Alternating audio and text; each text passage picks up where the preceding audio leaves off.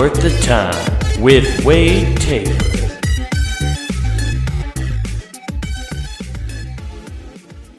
What is up, everybody? Welcome to another episode of Not Worth the Time. We're here, we're doing it. We're ready to fucking blast off, dude. Are y'all caught up now with your hangovers and shit from New Year's? Did you even get hungover? Everybody tried to, phone it in, I feel like, this year. You know? Nobody really tried to go out and enjoy New Year's like they normally do. Which, you know what? If anything, that was probably one of the biggest blessings of the pandemic, right? Is everybody's now calmed the fuck down when it comes to going out and partying. You know, I think people finally realize how much cooler drinking at home is. Unless you're like a college-age kid, then you just never stopped, you know? You just did the house parties got cooler themes with masks and stuff. Rather than, you know, doing an eyes wide shut party where you put masks over your eyes, you did it over your mouth and nose, you know? That's what college parties started turning into. Eyes wide shut, more like mouth closed, you know? Yeah. Which, I wonder, if you did an eyes wide shut style party with the corona masks or whatever, those the face masks and shit, I think, I wonder if you could I don't think you could tell people apart as much. Like, they do the mask over the top. Like, you can still kind of tell. I don't know. It's weird how if you cover up half a person's face, you can't, you think you might be able to pick them out of a crowd, but you really can't. And let's be honest, your nose and your mouth and stuff are way more identifiable than your eyes, really. Unless you got some fucked up eyes, you know? Unless you got two different color eyes or you got a big old scar right here, you know? You know, like the stereotypical mass murderer kind of depiction of somebody. He had a scar on his face. I'll never forget it. You know, otherwise you pick you think you can, but you really can't. We all end up looking the same. You can't tell anybody apart with those masks on, you know. But hopefully, that's the good part about the pandemic, you know, is that everybody realized that going out on New Year's fucking blows. Just have some people over, play board games, or just drink alone in your apartment. There's bring in the new year with the one person who truly does care about you, yourself. No, spend it with your loved ones, you know? Have a good time. I do love, this is my favorite part about New Year's, and it's like everybody talks about it every year. Everybody wants to know, it's always this next year I'm gonna do something good. You know, I'm gonna hit my goals. I'm gonna make something of myself. I'm gonna do something cool this year. Everybody says that, and that's good. I'm glad everybody gets a new, fresh start, and everybody likes to have some kind of motivation going into next year. But I also love that collectively, as a society, we all start doing that, and then on day fucking 1 of the year, none of us do shit to do to go forward. Nobody starts on day 1 when it comes to making their goals happen on a New Year's resolution or whatever. That is nothing. You know, there is nothing getting done on day 1. Everybody wakes up after slamming too many beers and sleeps in, taking naps all day. Comedy Central made a fucking whole thing called the National Hangover Day, and they just play awesome movies the entire day on Comedy Central because they know what you're doing. You're not going out and grinding. You're napping. Okay? You're not getting your hustle on January 1st, dude. Nobody's doing that. And even if you're a sober person, I know some people who are sober and stuff like that, I guarantee you they still didn't do shit today. The only grinding I did today, I'm not saying I'm sober. I was drank last night. I got drunk. You know, I fucking had a good time. I watched some weird videos, stayed up till about 12:10, and then went to fucking bed. That's how you do it right there. That's how you celebrate New Year's. You stay up. I guess you're like, okay, yeah, I don't feel any different, and you go to bed. And I'll tell you what, I napped most of the day, and the only grinding I was doing was on Halo Infinite, okay? I was trying to get up in the ranks, okay? Getting that fake dopamine drip of getting achievements and ranking up and feeling like I'm winning games and be like, yes, doing fist pumps. Dude, I catch myself doing that when I'm playing games now, especially online competitive games. I'll win a match, and I'm just like, yes, and the fist pump. You know, I'm giving a tiger fist pump on a fucking video game, dude. I'm 30, man. That's fucking. I don't know if it's sad or it's not really sad. It's just it does bother me that I'm that motivated by it. Also, I'm very distracted by it. Like I'm recording this pretty late on Saturday. It's the first day of the year, guys, when I'm recording this. Spoiler alert, I pre-record these. What? Weird. Yeah. So you're listening to this on Monday. You're getting ready. So you should have had, like, Sunday should have been the first day you started getting your grind on and making shit happen. Yeah. But not for me today. That's not what I did. I completely destroyed that. And I guarantee you this. I fell apart this whole week. Like, that everybody always, I guess, talks about how, like, that week between Christmas and New Year's is like this, like, dead space or whatever. And for me, this week it was, dude. I tried to keep on my regular routine, and Mother Nature told me to fuck myself. Like, I couldn't keep on it, do any of my normal shit because of weather and all that stuff, and it just threw me into chaos. I had all this extra time on my hands, and I can tell you this, I probably logged 10 hours of Halo. And that's sad. That's very sad. Not a good way to spend my time. So that's why next week it's all got to be on top of it, you know? I just want to I got to get in my shit, you know? Because everybody wants to be the man, but nobody wants to shoulder their own responsibilities, you know? You just wish everybody else would do the shit for you, and you don't want to take responsibility for it, you know? You want all the credit but no responsibilities. That's what everybody wants, and, you're just working towards that. I think I want that sometimes, that I want the credibility but I want all the credit but with none of the work, like have a team, somebody who produces and edits and does all this stuff, but since I'm the talent, I get to just take all the credit. But I say that and hear that and it fucking pisses me off because then I have to trust other people to do things. That's where it comes down to, is I just don't have trust issues. I'm just like, I can't trust anybody to do what they're fucking supposed to do. Like, I gotta do it because they're gonna fuck it up, even though that's, like, not true. Like, I fuck up constantly. I fuck up my own shit all the time, But, yeah, let me know what you guys are trying to get accomplished this year. I make goals every year. That's the fun, and I'm actually a little bit behind. Normally, I do it, like, in December. But, like, I'm going to do them later tonight or tomorrow. And set out what I'm going to try to do and start getting that blueprint down. For what I want to have and accomplish for this next year. It's good. You should be trying to figure out something, man. Like, even if it's just, like, everybody thinks, like, oh, it's got to be some big goal or whatever. And no, just what do you want to happen? And, like, if you think about it, it'll happen. If you think and put action into trying to make that happen, it will. That's what's cool. And it might take a little bit. It might take a long time. Might be awesome and it happen pretty quick because you take the right steps and they just happen to be giant leaps. But it's cool. It can happen. Yeah. So let me know what you guys are going to try to do this year. Comment in this. Leave a review, and write what you're going to do this year. Then it's like cemented. If you just that's what you do. Rate and review the podcast, right?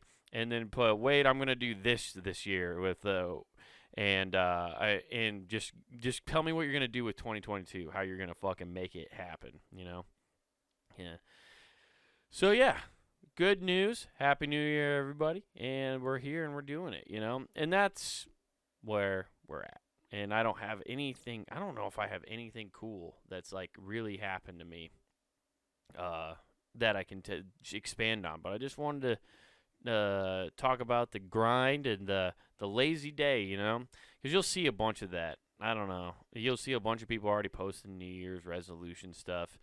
Oh my God, that's the one thing that's gonna suck, is the gym's about to be hell. Like, my gym's already hell, but thank God, luckily, like, I go to a gym where it's a little more expensive to go to.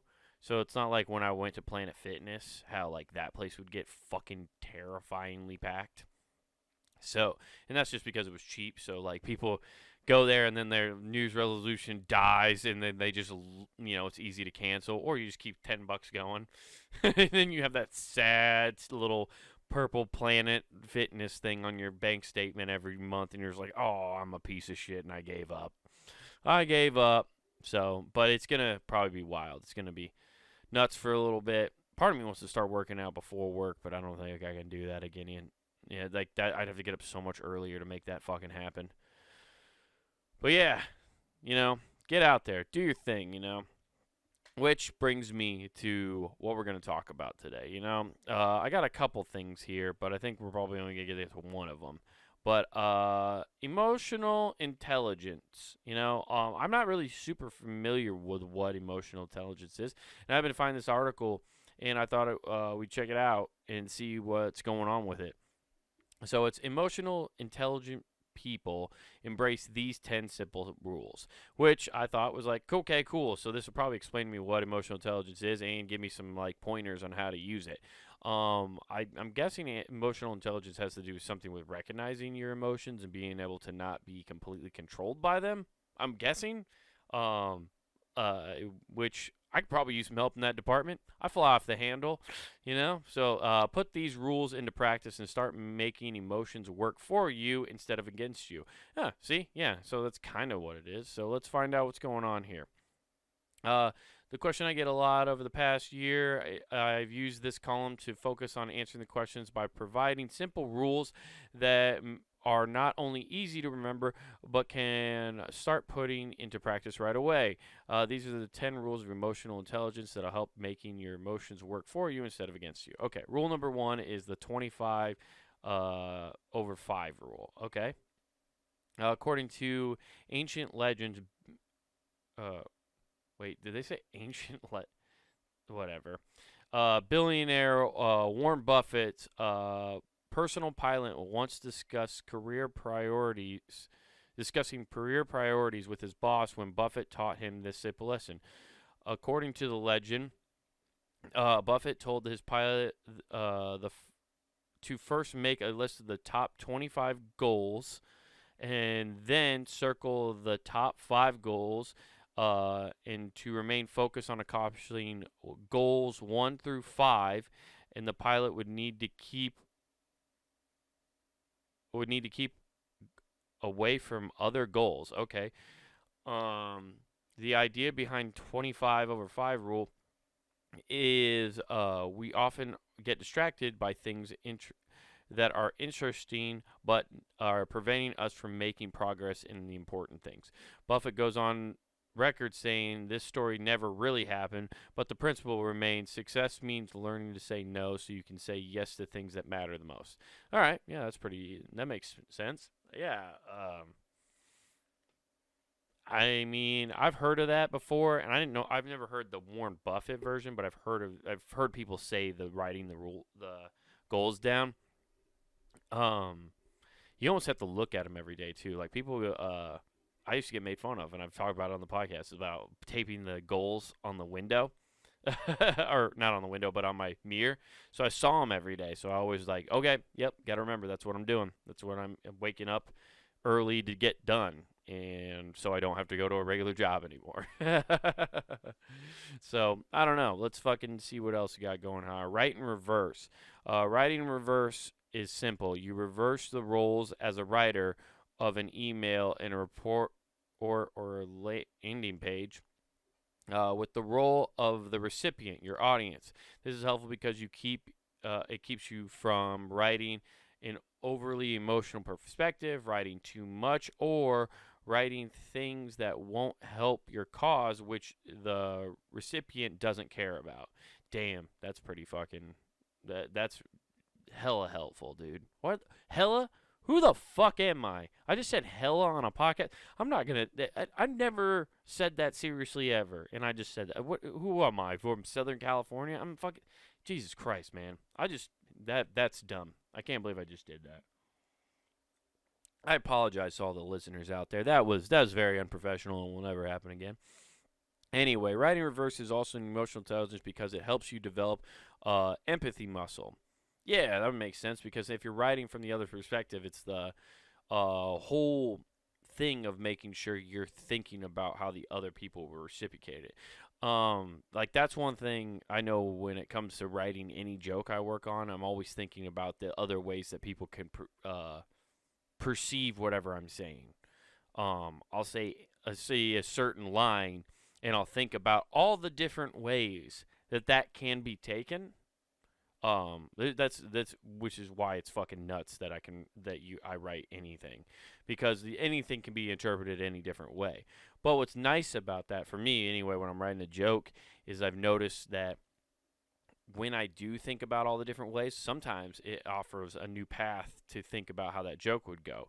And then you just open up and branch and tag off. And hopefully, Mike, the whole thing is I make a joke funny enough and also clean up all the exit routes on the joke so nobody can come at you and get mad at you. But like, of course, that's impossible. But it is fun to like try to like see if you can seal up all the cracks. I'm like a foundation company when it comes to writing a joke. I'm gonna come and just seal up your broken and cracked foundation to make sure you don't get any leaks in your basement. What a shitty way to be a comedian, right? Anyway, the golden question. The golden question is actually 5 in 1. When you need to make a decision, but you feel your emotions taking over, ask yourself, how will I feel about this in a day, a week, a month, a year, or 5 days, or 5 years? The question is extremely helpful because it forces yourself to see the future. You hack your brain and change the way you process your emotions. Yeah, dude, I've heard of that one before too, and I try to think about that a lot. I try to think about like it's so easy, especially if you're doing any kind of project, or like especially creatively. I've noticed this, like, because you can get super inspired and want to start doing a new project, and people start coming at ideas, and they're like, "Oh, we got to do this, that, and this," and I'm like, "Oh, that's a cool idea. I like it." But then I start thinking about the work, and if I'm not excited about thinking about how much work I'm going to have to do to put into that to get that project off the ground, I don't want to do it. Like I do this because I love to do it. I know how much work goes into this. I love doing the podcast. I love running the website. I love doing stand up. I know the amount of work it goes into it, and it's fun. Like that's why I like doing it. I know I'm going to care about it in 5 years. I've been doing it for fucking 6 now. Like I care about this. And then like there's the little side project that come along that like I think about, and I'm just like, I don't know if I want to put the fucking time into that, man. Like like that requires me to take away from the things I really like doing, which is stuff like this. So when you think about the future, you think, yeah, that's a great one. I really like that rule. The 5-minute rule. Uh, Ever have a huge task sitting in front of you, and instead of working on it, you sit around on YouTube all morning? Fuck, I did it before I started fucking doing this podcast, man. About 19 rounds of fucking Halo. There's a reason we do that. Our brain is overwhelmed with a thought and compiling a task. It causes you to avoid at all costs. In cases like these, you can use the 5-minute rule. Make a deal with yourself to work on the task for just 5 minutes. If you want to quit after that, no problem. It works because your brain is tricked into seeing the larger task in a small one. Of course, you usually end up working much longer than 5 minutes. Yeah, I've heard it. I think we've talked about that on the podcast too. If you just trick yourself into writing for 5 minutes or whatever, you're going to write way more than that. Which I might start doing that to myself in the morning, because I've been slacking on writing. I always try to write for like 15 minutes, but maybe what I need to do is just do the 5-minute rule. It's like I have to sit there and focus for 5 minutes and do that. Yeah, if you guys haven't figured it out yet, this podcast is me trying to really fucking get my head in the right space most of the time and making jokes about it and how crazy my fucking weird brain is. But who gives a shit? Anyway, let's the rule of clocking out.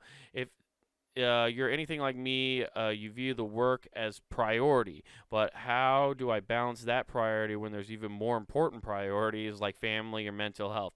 You can do this by learning to clock out, setting work times for every day, and when the end of the day comes, clock out. Treat it like it's an important appointment, one that you cannot miss. Employees who apply this rule clocking in find balance in a building a more rewarding organization, one that is found on balance. All right.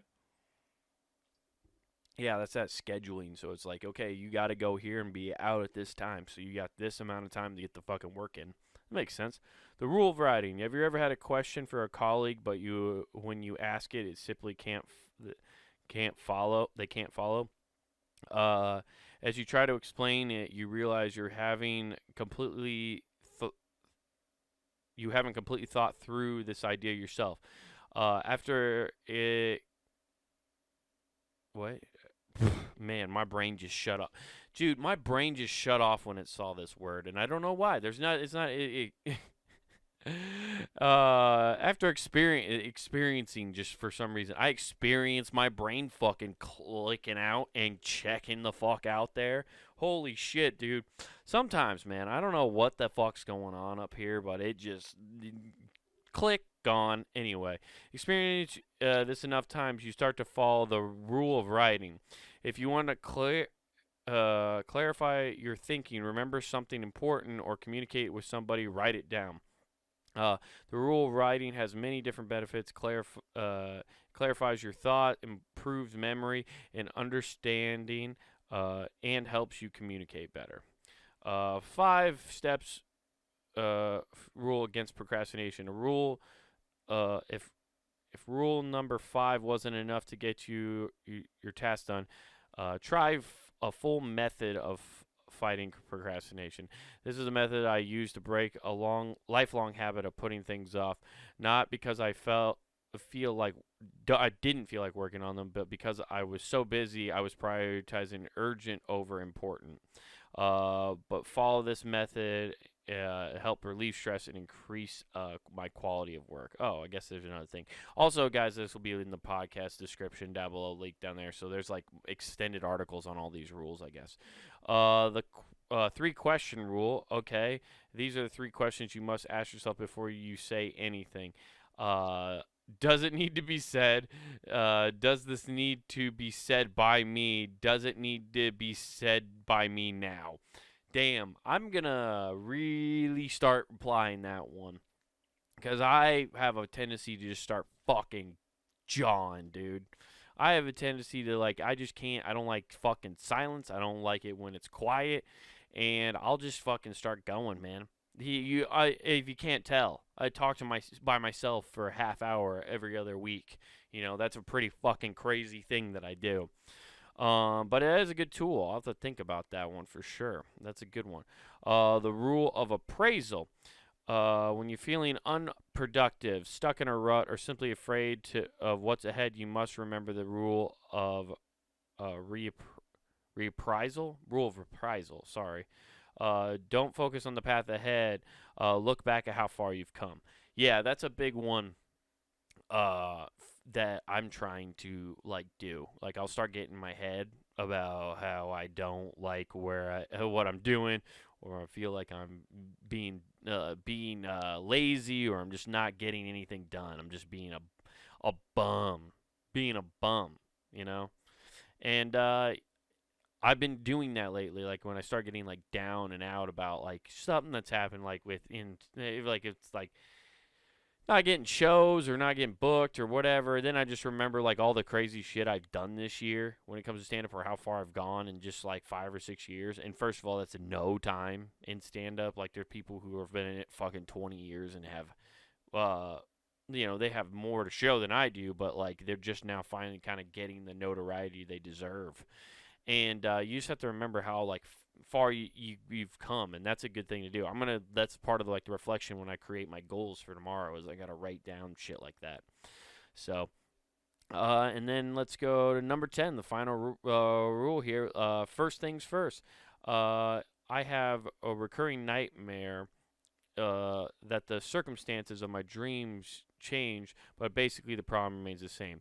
I have too much to do and not enough time to do it. When facing this situation, I learn how to follow the rule of first things first. I narrow down the task to only 2 or 3 max, and then I focus on the first one, and then simply chip away at it. The rule first things first is a ton of benefits. You can read more about it here. So yeah, dude, that's all those rules and stuff like that. Man, that's a recurring nightmare he has. That's fucking wild. Oh man, that's crazy. I had I feel like I should tell you this story. I've had a fucking doozy of a nap nightmare today during my post fucking New Year's thing. And I'm no dream expert. I don't know if dreams really have any representation or if they're you really working out a problem or if it's just a collaboration of most of the weird shit you've seen all day. But I'm pretty sure that's what it has to do with. But I know, watch a lot of Supernatural and all that stuff. There was a demon and like his henchmen coming after, and I wasn't me in the dream either. I was like a POV of like some other person.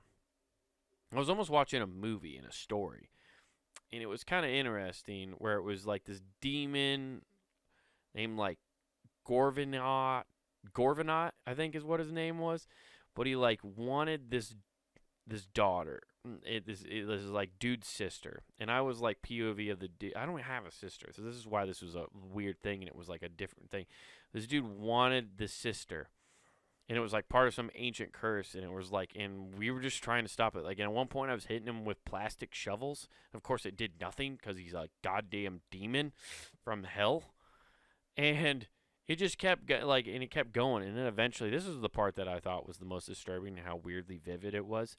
Is like I was like POV in this house, like I was out like in like a park when I was fighting with a snow shovel, and he was like on the top of these stairs or whatever, and then it was in this house, and then I saw what like for some reason, like, you know how dreams don't make sense and like you just assume you know who these characters are, like you just know the role of them.